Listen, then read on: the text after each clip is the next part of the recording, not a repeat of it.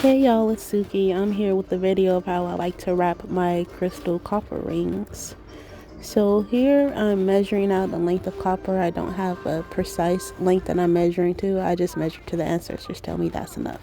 And I also like to use the handy dandy pliers. You can wrap a little bit better with them.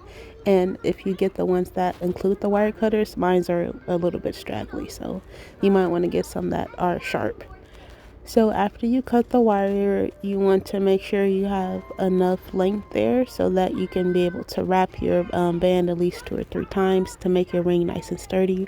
And I'm also using a tan lava stone for this one.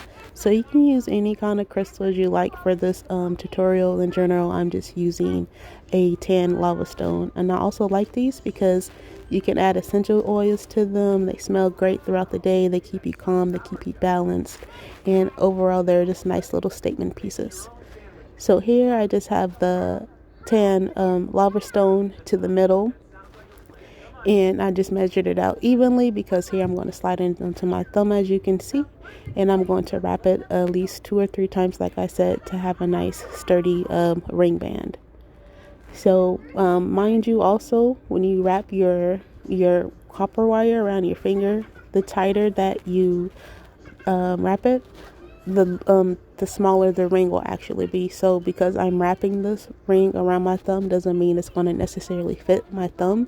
It might fit my index or my ring finger, maybe even my pinky ring. So keep that in mind. The tighter you wrap it, the smaller the ring band will actually be. But don't wrap it too tight because it'll be hard to get off. So you can see here, I wrapped this band at least 2 or 3 times. I gave myself enough space at the top to wrap around the stone because you want to create like a nice little intricate design. And then you also want to be able to have enough wire at the end to wrap it around to close it. So again, here you'll be able to fit it onto any finger. It doesn't necessarily have to fit onto your thumb. So here, as you can see, I'm twisting the wire around the stone just so I can get it nice and secured in there. And then I'm going to start wrapping it around the stone, again making my little intricate simple design. It's not too much, but just gives a nice little elegant look. So I'm just going to wrap it at least 2 or 3 times on either end of the copper wire just to give it a nice little design. As you can see here, it doesn't necessarily have to be perfect. You just want to be able to make sure that you have a band and make sure that you have enough wire to wrap around your stone to secure it in and to give it a nice little design. So I'm just sliding it back onto my thumb so that while I'm wrapping the stone, the ring will stay in place and it won't bunch out of shape. I like to use my wire pliers also too so that they can help tighten the bandwidth, and so that I can get a nice sturdy design with the wire so that there's no loose ends, there's no spaces in between the wrapping. The wire pliers help a lot. I have big fingers, so the wire pliers help a lot. They might be your best friend. So here you can see I got the wire up. I'm about to start wrapping it around the ends of the bands. So you just want to be able to twist it around the band to secure it in. And then when you wrap it, you want to make sure that the end of the wire is at the top so that you don't poke yourself when you're putting on the ring, when you're taking it either on or off.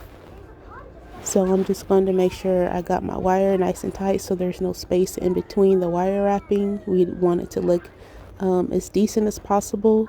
These rings are a little bit rustic. As you can see, I'm a rustic person.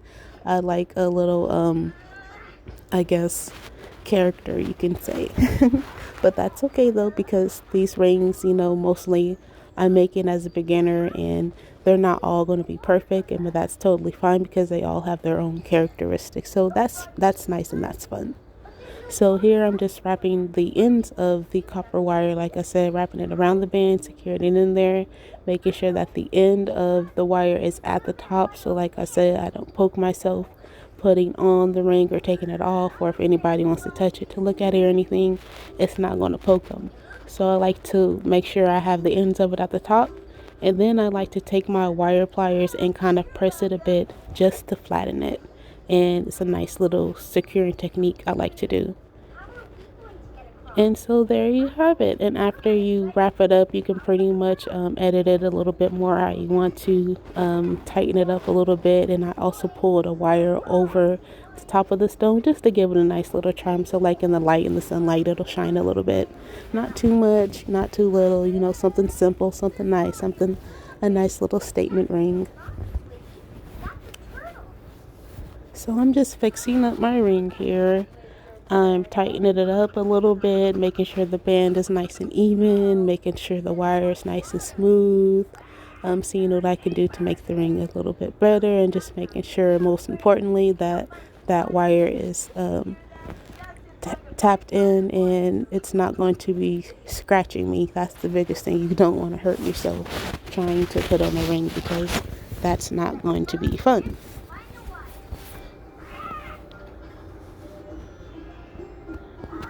So again, like I said, I'm just fixing it, editing it a little bit, making sure the band is nice and round, making sure those wires are nice and tucked in, pulling over a little bit of the wire that I feel like was a little bit loose, and I just put it over the stone just so it can give it like a nice little elegant look to the end of it.